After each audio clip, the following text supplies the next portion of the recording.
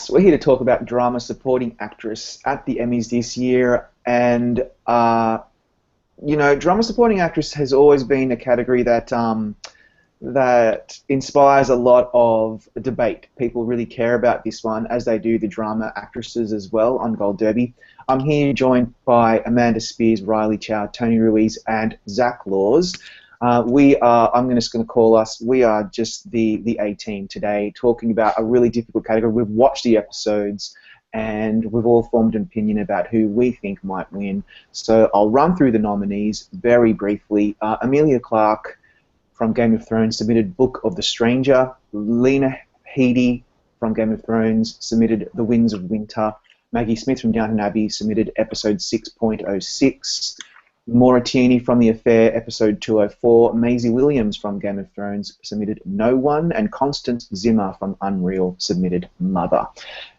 What a great category. We have 3 Game of Thrones actresses. We've got Maggie Smith coming back yet again. Maura Tierney, she just surprises everybody and is the lone nominee from The Affair. And Constance Zimmer, someone that a lot of us hoped would be nominated, actually did it. So I think this category is one of the most exciting ones, and I'm just going to go straight to Amanda first. It's just a no-brainer. Amanda, we're talking about actresses, so let's go to the only woman on the panel. Based on episodes alone, who do you think would win? Lena Headey, for the same reason that Peter Dinklage would win on episodes. She appears in all 3. You could say the same thing of Emilia Clarke, but she just burst in the door and it was like, what the hell's going on? But she appears in all 3. She's very good in all 3 of these episodes. And yeah, on tapes alone, she would win, I would hope, but it is Downton Abbey's final season, and I've gone through the stages of grief, and I've just gone ahead and put Maggie Smith in first place, praying that I am wrong, but thinking I'm probably right. Oh, goodness. I'm in the same boat as you. I think Lena Headey is out front based on episodes alone. I was so impressed with her in the season finale of Game of Thrones so much. Her character, she's just so menacing. She really just, she inspires a very guttural reaction from me, visceral, I should say, not guttural, visceral reaction from me. But I think we're going to see the Dowager win. Riley, what do you think? I think on episodes it would be Maura Tierney. I think she checks a lot more of the boxes. She gets high, she's crying, she's just gone through a divorce. She has more screen time than Lena Headey has in all 3 of her episodes. Lena Headey I find is very subtle. Last year, she was walking through the streets naked and crying. People were throwing things at her. This year, she's just sitting very coolly on the throne, and they're like, by the way, your son died, and she's just, trying to keep a level head there. I don't think that's what wins Emmys. I think they go for the more bombastic performances. Okay. Tony. When deciding by tapes. Right. Tony? I agree with Amanda that Lena Headey on the tapes alone just clears out everybody. But I think in my mind I have Maura Tierney second. If I was going based on tapes, when I was watching all of these, Maura Tierney was my number 2, just based on her episode. And I had never seen an episode of The Affair before, and I just watched that episode and was like, wow, okay. But yeah, I also am reluctantly thinking that it's going to be Maggie Smith. So yeah, we've all gone through that state. We've seen Maggie Smith when the tape system was in play do the exact same thing and win. So it's just at a point in a popular vote. She came back. They're going to give Downton Abbey one more award. Here you go. But before we go to Zach, no disrespect to Dame Maggie, but if we had the sound turned off this chat and we were just looking at our faces and our actions, it's like as if we were talking about a death in the family. Like, it's really, that's how we're acting. Zach, what do you think based on tapes? I agree with Riley. I think if it was based on tapes, I would have to go with Maura Tierney. I thought she was just magnificent in this episode of The Affair, magnificent this whole season. And in this episode in particular, I just think of the scene where She's forgotten to pick her kids up. She's trying to get them home. She's high and she's drunk, and it goes from bad to worse really quickly. And the way that she plays that is just fantastic. Close second for me would be Constance Zimmer in Unreal. Third would be Lena Headey, but that's a really great third. Fourth would be Amelia Clark. Fifth would be Maisie Williams, and sixth would be Maggie Smith. Maggie Smith, I think, is going to win, though.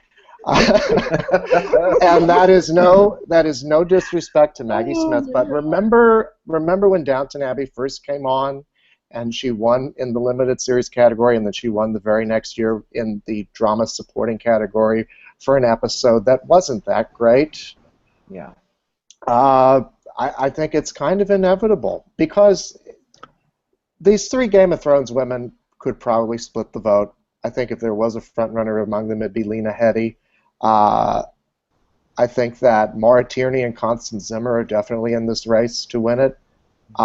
If there was more support for their shows throughout the categories. Maggie Smith, I mean, there's just a lot of things that you check off. Legendary actress, 2-time Oscar winner, 3-time Emmy winner, has won twice for this role before, and it's the last season. They love this show. They nominated it for writing and directing again.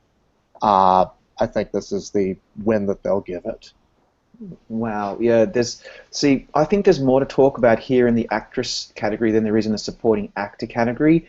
I just think every single one of these submissions is so interesting. I don't watch The Affair. I've seen the first 3 or 4 episodes of the first season, then I kind of gave it up. But Maura Tierney, this goes to show that sometimes they're paying attention, because she really probably has been the standout from what I hear of season 2. She won the Golden Globe, which doesn't necessarily mean much at all, but it just shows that even that voting group really, really liked her performance. And in this episode, she's amazing. And had The Affair had more support, I probably would have just gone out on a limb and said she might actually win this, just generally, not even just based on the episode, because she's pretty damn impressive.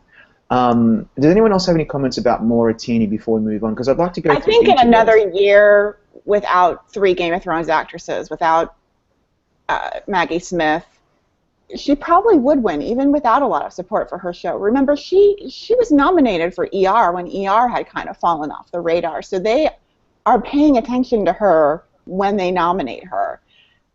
And yeah, it is a great performance, and we get 2 different points of view from her performance, and then she's gone. She's in the first 40 minutes, and then she's basically done. But yeah, it is a really, really good performance, and in another year, she probably could have won. I want to say, too, just going off of that, I mean, you bring up the fact that in every episode of The Affair, it's this way. You get it from 2 different perspectives, and so that gives her an opportunity in every episode that she's in to, at times, play the same scene in 2 different ways. Yeah. You know, and the way that she plays it in the first half when it's from her perspective, and then the way she plays it in the second half when it's from her ex-husband's perspective, really show the range that she has, not just in that episode, but throughout the entire season. And we will have a year like that next year when Game of Thrones comes on in June next year. So maybe Maura Tierney can win. Yeah. Or Constance Zimmer. Yeah, it's going to be Constance Zimmer. If you have not seen this week's episode of Unreal, if you don't watch the show, watch this episode. It was handmade to give her the Emmy. The reason I'm not predicting her this year is they have a lifetime bias. We've seen Minnie Driver, Cicely Tyson, Ellen Burstyn, Alfre Woodard, Taraji P. Henson, Joan Allen, all nominated from Lifetime. No one has ever won an acting award from this network. I think it's going to hold true this year.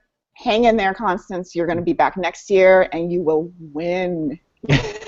Okay. Is what next year is your year, because that was incredible. It's the same. So Lifetime, the CW, and Stars should all go to some kind of support group where they talk in a circle about the lack of Emmy love that they have.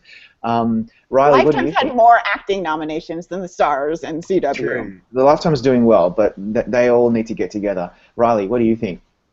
I think Constance Zimmer I would feel better about if she had gotten in for House of Cards, because on half of all voters' ballots she was at the very top, and this is a role that had been in past seasons. I thought that nomination was pretty gettable, but she didn't get it. She did win the Critics' Choice for this role, so she does have goodwill for it. And I don't know about the episode that she submitted. It's called Mother, which actually refers to the mother of Cherie Appleby's character, which isn't always the case. Like, it doesn't always mean that she doesn't have a lot to do, but this is an episode more about Cherie Appleby and not very much about Constance Zimmer. I had only seen the pilot of Unreal before this one, but in that one she's kind of just yelling for the entire episode, and I thought that she would have had something like that to submit. Well, I think as a fan of the show, I think part of the reason why she submitted that episode was because it humanizes her a bit. You know, because like you said, Riley, in the first episode she is screaming a lot, and she's playing this hard-ass reality TV producer, and she's cursing and she's shouting at everyone, and she's saying, you know, give me something that I can work with. And then in this episode, someone very close to her almost dies. And you get a little bit more context into why maybe she is this cynical and hard-edged. And she has this really great scene at the end with Cherie Appleby, where she is just right back in the swing of things. I would love to see her win. I really would. And the fact that the show got a writing nomination, I think, shows that there is more respect for it than your average Lifetime show. You know. Yeah, that's their first writing nomination ever for the whole network. They've never had a writing nomination before. I have some time to troll around the Emmys website if you haven't noticed.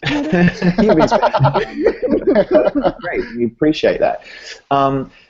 Okay, so I want to put this to you all. So I think the two actresses who have the least chance are Emilia Clarke and Maisie Williams, because if anyone from Game of Thrones is going to win, this is my argument, it's going to be Lena Headey. Even though Emilia Clarke, and pardon me for being kind of a little sexist, does have the booby element, and so a lot of straight male voters will remember her for that. And she's great in Book of the Stranger, by the way, when her character Daenerys kind of takes charge in the as the Khaleesi in the Dothraki, whatever it's called. I thought that was awesome, and she walks out of the fire. She has a really great impact in that scene. And Maisie Williams has had such a wonderful journey, her character Arya, in this season. So there are some arguments to be made that they are certainly deserving to be in this group, but I'm not sure that they really have a shot, given that if Game of Thrones voters are going to vote in this category, it's going to probably be for Lena Headey. Does anyone agree with me on that? I think Emilia Clarke's... Oh, sorry. No, what I was just going to say was there is an advantage that Maisie Williams and Emilia Clarke have that Lena Headey doesn't have. Even though Lena Headey has, you know, really, really great scenes in the finale, her scenes all take place really right in kind of the middle of the episode, and you know, the beginnings, the end of the episode is she's pretty much gone from that at that point. What Maisie Williams and Emilia Clarke have are those last shots, the end shots, the impact shots, where with Maisie Williams it's the "My name is Arya Stark and I'm going home," and boom, out. And remember, Lena Headey's episode ends on Emilia Clarke. Right. And I think that if you were just judging them solely based on their episode alone, I feel Emilia Clarke would probably be in 5th or 6th place, because Sophie Turner, is so much better than her and so much more emotional. And I really wish she was the 3rd one, because I think thought she had a chance. Me too. Yeah, she was so great. I think what Maisie Williams' tape has going for her that I agree is that it starts with her, it ends with her. And there is something to be said about that. She is the youngest nominee, I think, maybe in the history of this category, because I also was trolling around trying to figure that one out. And there is something to be said about this very emotional and very physical performance, because she's dying, she's leading this girl around, and then at the end it ends in this very satisfying way. Rob, I think when you say that Emilia Clarke has, the booby element, I think if we're just talking about episodes, then yeah, that's all she has. But if we're talking about like what the Emmy voters like, I think they might actually prefer Emilia Clarke to Lena Headey because they did nominate her first. Mm-hmm.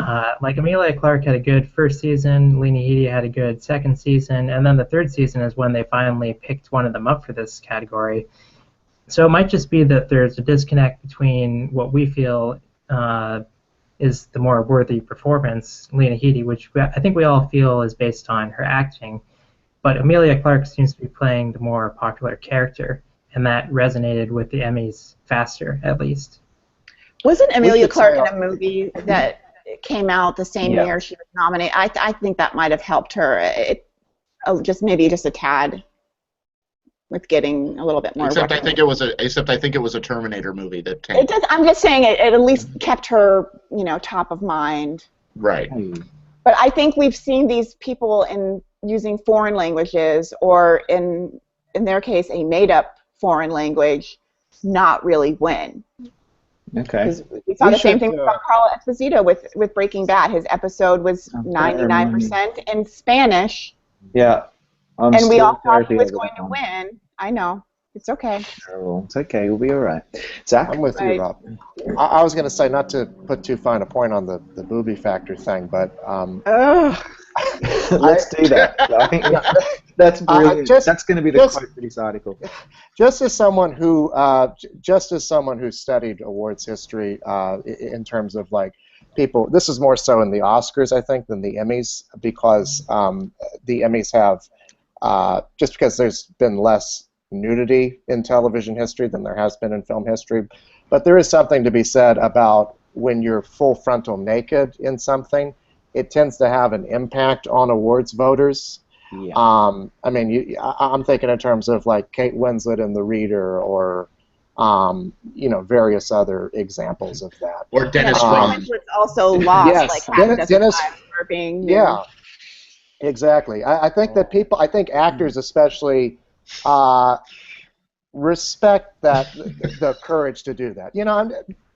I'm not just talking as a gross. She's done it so much, though. I don't think that's going to buy her any extra kind of points there. Well, Right. maybe, but I think it's all. I think there's something to be said for it. It does stick in your mind. It sticks in mine, and it's just and it's not. And it didn't work, but it didn't work for Lena Headey last year.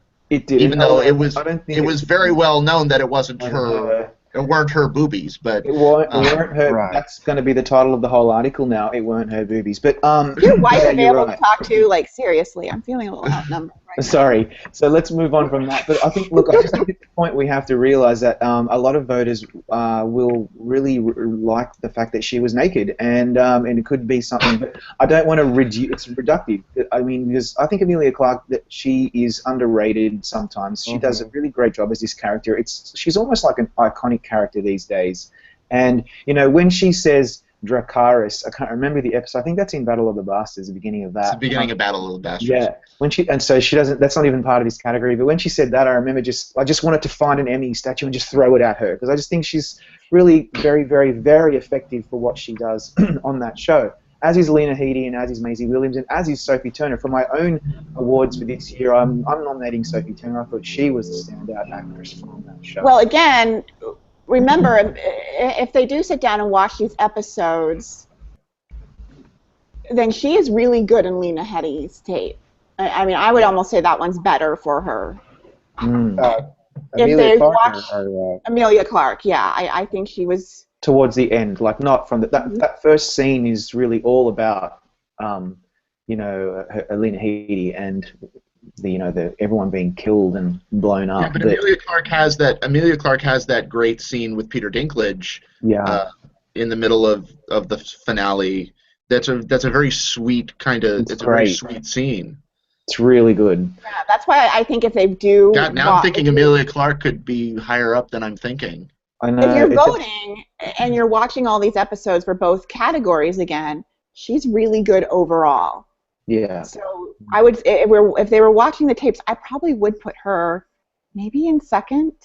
Wow. Okay. Yeah. I'm starting to rethink where I was before. And the other thing I want to raise, we've already talked about Moritini, but if Tom O'Neill was here, he would remind us that what are the things that Emmy voters and Oscar voters love, and that's things like split personalities, being drunk, being high, things like, crazy. And Moritini, she kind of ticks one of those boxes quite well. And when actors are high or drunk, that is something that voters just flock to. So I think we need to, or I need to realize that just because The Affair didn't do well anywhere else, this could just be one of those anomalies. It's certainly possible. And of all the characters, The problem is it comes back to this thing that we keep talking about, is how much are the episodes going to matter? Correct.